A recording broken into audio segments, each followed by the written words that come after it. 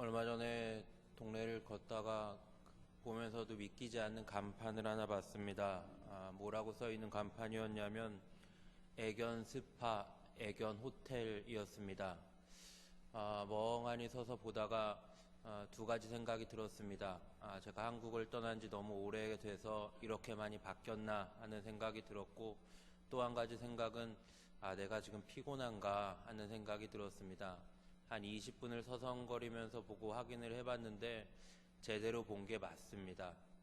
더 놀라운 건 애견 스파의 가격이, 강아지 한 마리 스파를 하는 가격이 저희 식구 다 같이 목욕탕 가는 가격보다 비쌉니다.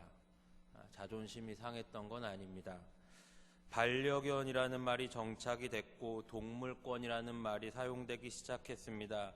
이전에 잠깐은 동물인권이라는 말을 썼는데 말하는 사람들도 민망했는지 견권이라고 하다가 다른 동물들도 있다 하면서 동물권이라는 말이 정착이 된 것 같습니다. 당연히 인권은 더 말할 것도 없이 사회 곳곳에서 통용되고 있습니다. 좋은 말이지만 안타까운 건 진짜 인권을 무시당해서 어려움 당하는 이들보다 인권이라는 이름으로 감정을 자극하고 여론을 선동해서 정치적인 이득을 챙기려는 사람이 왠지 적지 않게 보입니다. 아무튼 우리는 그 어느 때보다 인권을 강조하고 인권을 소중히 여기는 시대를 살아갑니다. 엄밀히 말씀드리면 한국전쟁 이후에 인권이라는 건 상상도 하지 못할 시기에 우리 앞선 세대들이 땀과 눈물로 국가의 기반을 다져두신 덕분에 이런 좋은 시대를 살아가고 있습니다. 오늘 본문은 인권을 강조하고 편안하게 살아가고 있는 우리에게 불편한 이야기를 제시합니다. 바로 박해와 십자가입니다. 인권을 말하는 편안하게 살아가는 시대에 전혀 걸맞지 않는, 완전히 상충되는 박해와 십자가에 대해서 이야기합니다. 성경은 갈라디아서를 기록한 사도 바울은 이 이야기를 상당히 중요하게 말합니다. 그래서 오늘 본문이 시작되는 11절에서 내 손으로 너희에게 이렇게 큰 글자를 쓴 것을 봐라 라고 말합니다. 강조합니다. 강력하게 주장하고 있습니다. 여러 서신서를 다른 이에게 대필하게 했던 바울이 이 부분은 내가 직접 썼다, 직접 쓴 내용이니까 중요하게 봐라 라고 말하고 있는 겁니다. 기독교 신앙을 받아들이면, 예수님의 사상과 가르침을 따르면 유대교인들에게 박해를 받았습니다. 지금도 마찬가지입니다. 기독교 신앙은 천국의 소망과 부활의 영광을 말하지만 예수님의 가르침과 성경을 우리의 일상에서 실천하면 어려움을 따르고 세상의 반대를 감수해야 합니다. 그런데 오늘 서두에서 먼저 두 가지를 짚고 넘어가려고 합니다. 첫째는 용어의 문제이고 둘째는 박해를 주는 대상입니다. 박해가 무엇입니까? 개역판이 나오면서 신약 성경에서는 핍박이라는 단어를 박해로 다 바꿨습니다. 핍박은 정신적인 압박과 스트레스를 말합니다. 핍박은 정신적인 압박과 스트레스를 말합니다. 박해는 핍박에 물리적인 가해가 더해지는 걸 박해라고 말합니다.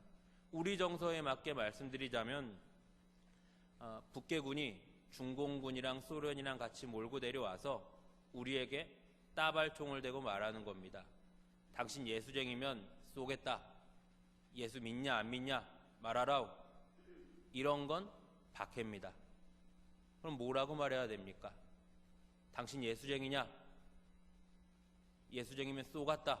그럼 뭐라고 말해야 됩니까? 나중에 대답하면 안 됩니까? 해야 됩니까? 쟤한테 먼저 물어보세요 해야 됩니까? 이런 건 쉽죠. 쏘라우 하면 간단한 겁니다. 신앙을 지키려고 당하는 핍박이 어렵습니까? 박해가 어렵습니까? 둘 중에 어떤 게 더 어려운 겁니까? 내가 당하는 게 더 어려운 겁니다. 그리고 이 박해를 누가 줍니까? 박해의 대상입니다. 동족 유대인이 박해를 줍니다. 나랑 같은 정서, 나랑 같은 민족, 같은 공동체를 이루고 있는 동족 유대인들이 박해를 줍니다. 그래서 더 힘들었을 겁니다. 기독교 신앙을 지키면 하나님 말씀을 실천하려고 하면 어려움이 수반되는데 그 어려움을 완전 바깥에 있는 외부에서 주는 게 아니라 내 가까이 있는 사람이 어려움을 줍니다. 그렇기 때문에 더 아픈 겁니다. 그러다가 유대교 안에서도 기독교로 회심하는 이들이 생깁니다. 참 잘된 일인데 회심한 이들이 어떤 주장을 펼치냐면 할례도 받아야 한다 하는 주장을 펼칩니다. 할례 받지 않은 기독교인들을 박해하기 시작합니다.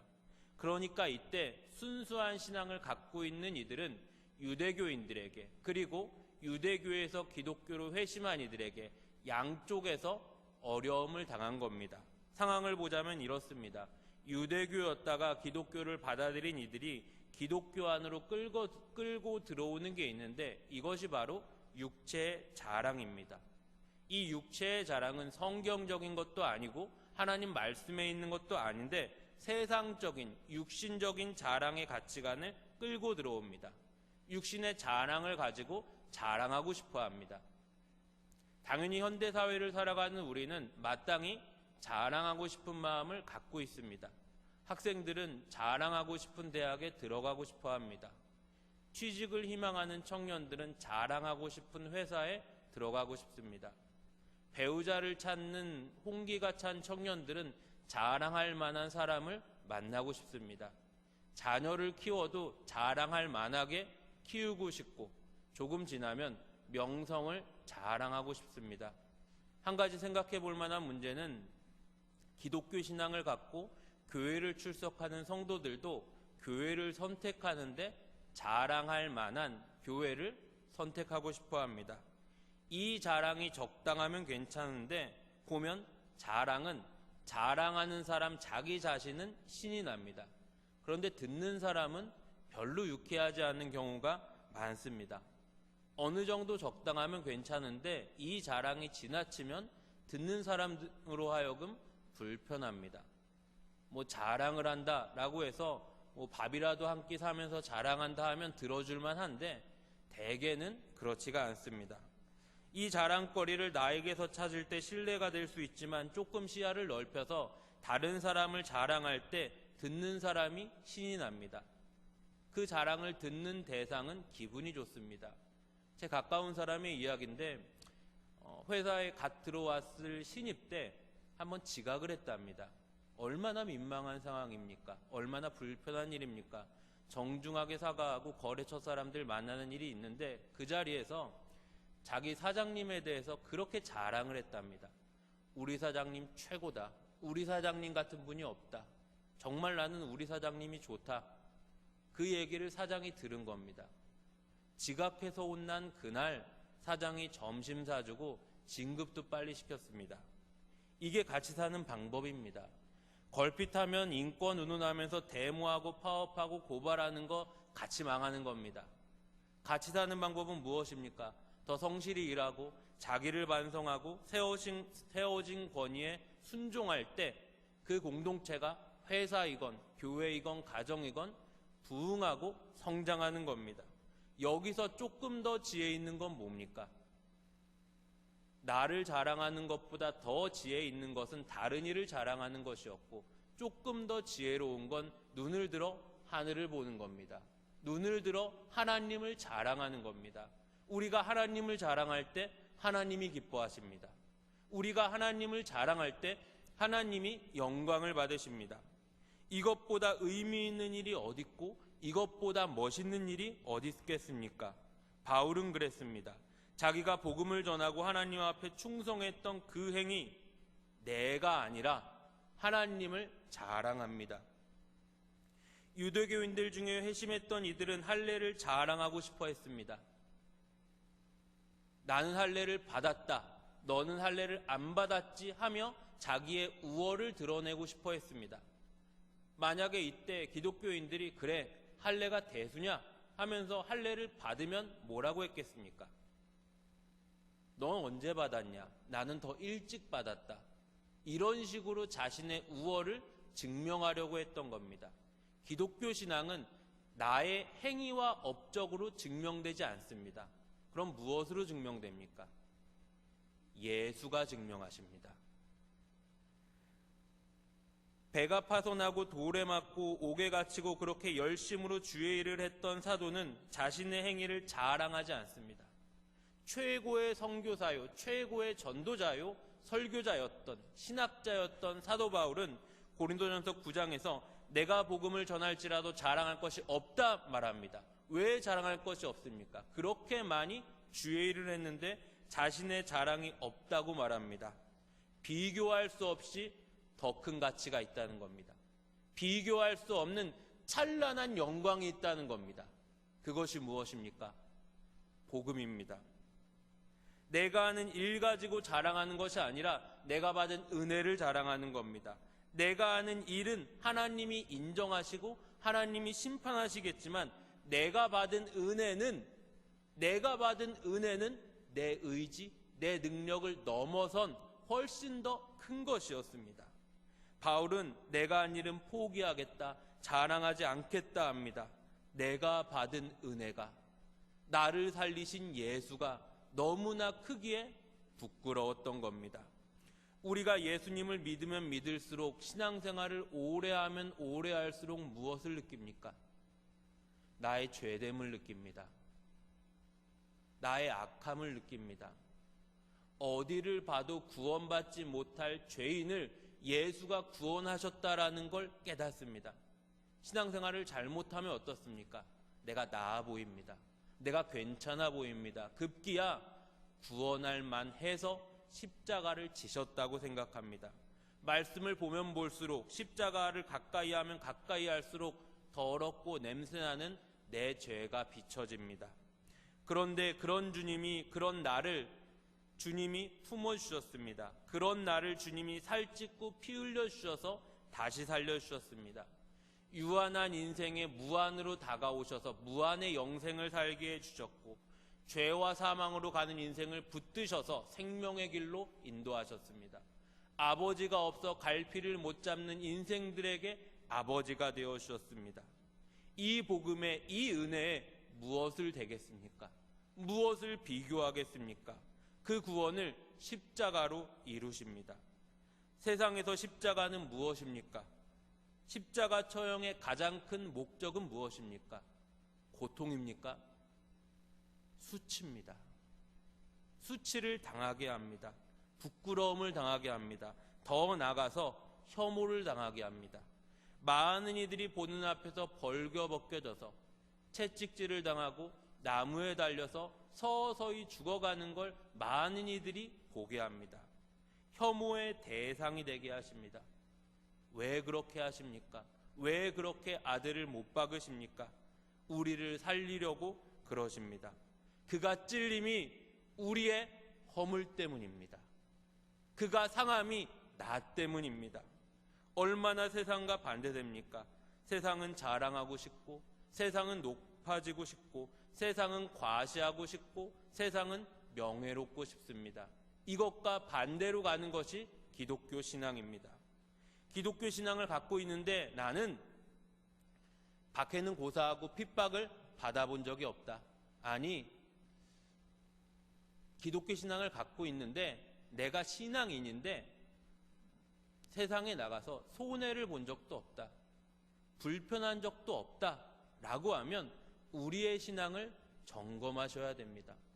예수 이름으로 구원받은 성도는 예수 이름으로 어려움을 당하는 겁니다. 고난을 당하고 불편을 감수하는 겁니다. 진짜 예수님을 따랐던 초대교회 성도들은, 순수한 신앙을 갖고 있는 성도들은 달랐습니다. 자기들은 말씀을 지키지 않으면서 육체를 자랑하고 싶어 했던, 유대교와 기독교를 혼합해서 믿었던 이들과 달랐습니다.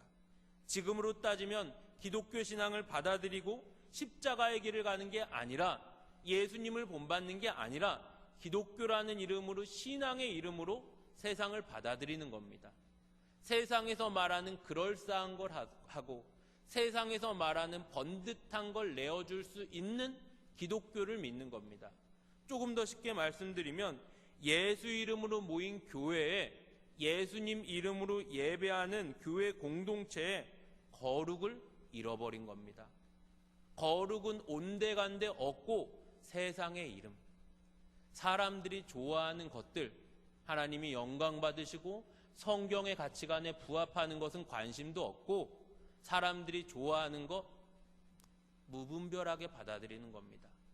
예배를 하는데 세상 노래 좋다고 하면 다 따라 부르고 편하게 앉아서 좋은 이야기 듣고 어떻게 하든 편안한 자리를 만들어서 사람들을 모으는 겁니다. 부담되니까 헌금하지 말라고 하고 부담되니까 봉사하지 말라고 하고 그저 좋은 이야기만 하는 겁니다. 마치 동호회나 친목회 같은 모임으로 모이는 겁니다. 그런 모임에, 그런 교회에 어디에 복음이 있고 어디에 십자가가 있고 어디에 예수가 계십니까? 그런 교회 편안할지 모르겠지만 그 예배를 하나님이 받으실지 모르겠습니다. 하나님이 그 교회를 어떻게 생각하실지 모르겠습니다. 순수한 신앙을 갖고 있으면 핍박을 받게 돼 있습니다. 성경의 역사는 하나님의 백성들의 핍박의 역사입니다. 하나님의 백성들은 한결같이 하나님 말씀을 따라갈 때 어려움을 당했습니다. 그래서 오늘 본문이 쓰여진 시대에서도 유대교도들에게, 유대교와 기독교를 혼합해서 믿는 이들에게 순수한 신앙을 갖고 있는 성도들은 어려움을 당합니다. 마치 순수한 신앙을 갖고 있으면 그 양쪽에서 순수한 신앙을 갖고 있는 이들을 혐오의 대상으로 봤습니다. 아주 혐오의 대상으로 봤습니다. 혐오가 무엇입니까? 근래에 우리가 혐오라고 하면 떠오르는 단어가 두 가지 있을 겁니다. 첫째는 기생충입니다. 둘째는 우암폐렴입니다. 둘 다 혐오의 대상입니다. 저는 영화 기생충을 작년 봄쯤에 오랜만에 중국에서 한국 영화가 개봉했다는 소식을 듣고 중국에서 봤습니다. 우화는 아닙니다. 요즘 참 중국에서 왔다 하면 참 사람들이 많이 꺼리고 막 겸상도 안 하려고 하시는데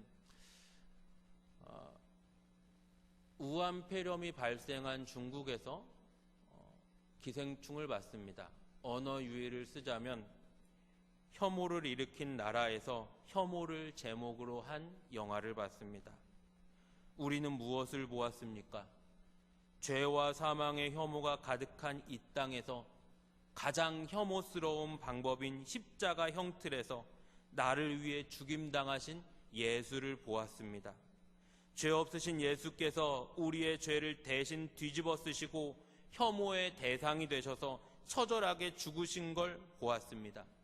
자기 땅에 오셨지만 자기 백성에게 영접받지 않으셨고 창조주가 피조세계에 들어오셨지만 나실 곳이 없어 구유에 나셨으며 왕이 오셨지만 나귀 새끼를 타시고 예루살렘 성에 입성하셨습니다.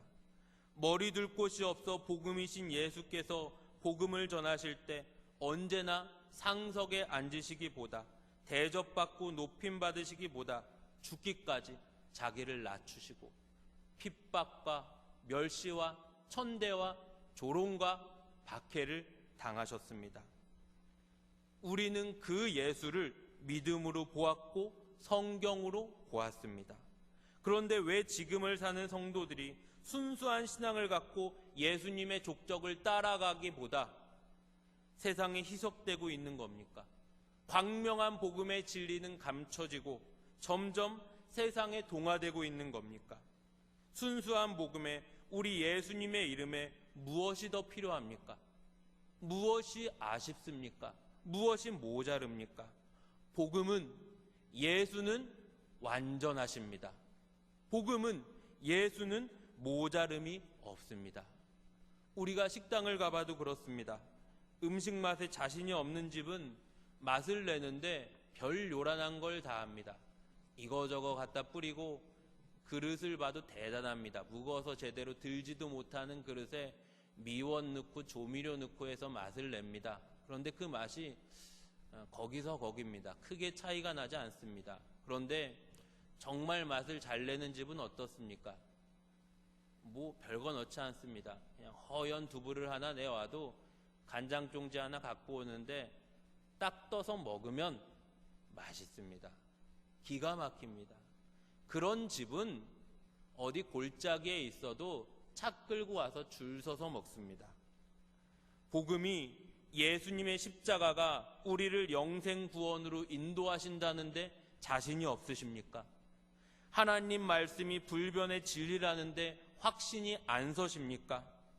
교회 안에 세상의 소리, 세상의 요구, 세상의 가치관이 잡초처럼 자라고 있습니다. 복음 말고 무엇이 더 필요하십니까? 복음 말고 무엇이 더 부족하십니까? 예수님 한 분만으로 충분합니다. 베드로가 이르되 은과 금은 내게 없거니와 내게 있는 예수의 이름으로 명하노니 일어나 걸어라 할 때 그 자리에서 역사가 일어납니다. 우리가 믿는 예수의 이름이 2000년 전에 일하셨던 예수의 이름과 동일합니다. 은과 금이 없어도 예수의 이름은 역사를 하셨고, 은과 금이 없어도 예수의 이름은 생명으로 나타나셨습니다. 교회는 순수한 복음으로, 순수한 믿음으로 하나님 앞에 섭니다. 순수한 신앙 쉽지 않습니다.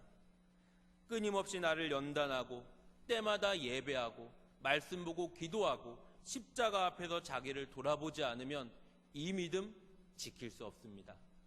마치 도가니에서 단련된 금이 나오는 것처럼 스스로 자기를 쳐서 복종시키며 말씀과 기도로 단련해야 됩니다. 용광로의 금은 고온에서 열심히 재련하여 나오는 순금, 적당히 섞인 18K, 14K, 그리고 요만한 금을 쭉쭉 펴서 겉에만 덮은 도금이 있습니다. 도금은 그럴싸해 보이지만 이건 겉에 조금만 벗겨져도 금방 쇳덩이가 드러납니다. 도금을 보고 순금이라고 하지 않습니다. 애들은 그럴 수 있습니다. 그래서 도금은 길에 떨어져도 안 죽습니다. 우리의 믿음 어떤 믿음입니까? 순금 되시겠습니까? 14K, 18K쯤 되시겠습니까? 겨우 가려놓은 도금 아니십니까? 점검하셔야 됩니다. 사랑하는 여러분, 우리는 하나님이 우리에게 주신 일생을 삽니다. 2번 살지 않고 3번 살지 않고 여러 번 살지 않고 단 한 번 삽니다. 어떻게 사시겠습니까? 어떻게 서시겠습니까?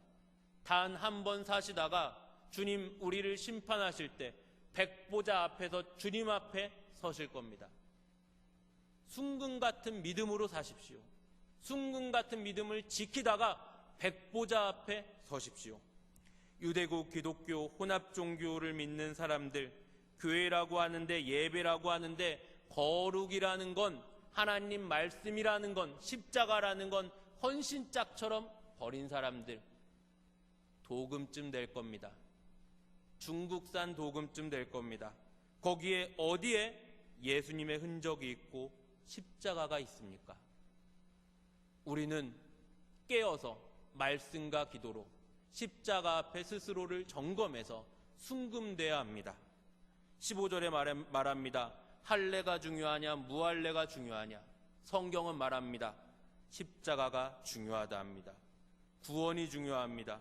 예수님 가신 십자가의 길을 따라가는 성도에게 순수한 신앙을 지키려고 핍박을 감수하는 좁고 협착한 길을 가는 성도의 발걸음에 이제 우리가 반드시 기억해야 할 것 한 가지가 더 있습니다. 그것이 무엇이냐면 명예입니다. 고난받는 성도의 길이, 핍박과 박해를 감수하는 성도의 길이 세상에서는 칭송받고 인정하고 자랑하지 못할지라도 이 길은 명예로운 길입니다. 저는 군생활을 최전방 GP, GOP를 관리하는 상급 부대에서 했습니다. 최전방 GP, GOP에서 했다 이러면 좀 세 보일 텐데 같은 부대 출신이 있어서 그 말하면 또 걸립니다. 최전방 GP 들어가기 전에 훈련받는 부대가 꼭 하는 훈련 중에 하나가 뭐냐면 박격포 사격입니다. 이 박격포 사격하는 게 힘들고 위험합니다. 그렇기 때문에 박격포 사격할 때 꼭 중대장이 보통 수색중대장이 지도를 합니다. 수색중대장은 어떤 사람이었냐면 그냥 좀 가볍고 그냥 보면 좀 껄렁껄렁해 보였습니다. 근무할 때 툭 하면 졸고 뭐 애들 과자나 뺏어 먹고 장난 잘 치는 뭐 그런 사람이었습니다. 한 번은 수색중대가 박격포 사격을 하는데 박격포에 한번 박격포탄이 걸린 겁니다. 위험한 상황이죠. 자칫해서 터지면 다 죽는 겁니다. 빨리 빼야 됩니다. 그런데 그때 수색중대장이 박격포 사격을 중지시키고 전 병력을 뒤로 물리게 합니다. 뚜벅뚜벅 자기가 혼자 박격포 앞으로 갑니다. 낑낑거리면서 박격포 안에 낀 포탄을 뺍니다. 그리고 부들부들 떨면서 박격포 포탄을 들고 옵니다. 그걸 보면서 무슨 생각이 들었냐? 이게 명예입니다. 이게 명예입니다. 성도의 명예는 무엇입니까? 복 받는 겁니까? 천국 가는 겁니까? 교양 있는 겁니까? 고난입니다. 핍박입니다. 박해입니다. 왜 명예입니까? 우리 예수님 가신 길 따라가는 길이기 때문에 명예가 됩니다. 자녀이면 또한 상속자 곧 하나님의 상속자요 그리스도와 함께한 상속자니 우리가 그와 함께 영광을 받기 위하여 고난도 함께 받아야 할 것이니라. 순종과 충성으로 순수한 신앙을 지키기 위해 핍박을 감수하시는 손해와 어려움과 불편을 감수하시는 여러분들이 되시기를 간절히 바랍니다.